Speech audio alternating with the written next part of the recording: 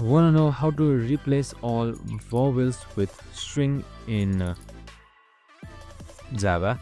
Well, no worries. In this video, I'm going to show you an easy step-by-step guide on how you can do it. It's super simple and under a minute, so let's get straight to it. Now, first things first, simply open up your online compiler, and I have this code written right here, so I'm just going to explain it, how it works and how you can easily do it. So you can also use other symbols as well, not just asterisks. So let's get straight to it. Now, we just simply use a small method that is replace all. As you can see, we have created an input that is hello method. So another, we have created a string that is replace. So inside that, we input input dot replace all. So this is our method that we use, and then we just simply insert this right here, that is AEIOU.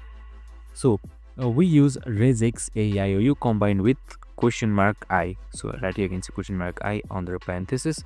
It is used for case sensitivity mostly. So we just call replace all finally on the system out println and swap them with asterisks. One line of code and your string is vowel free, and that's it. Super simple and easy.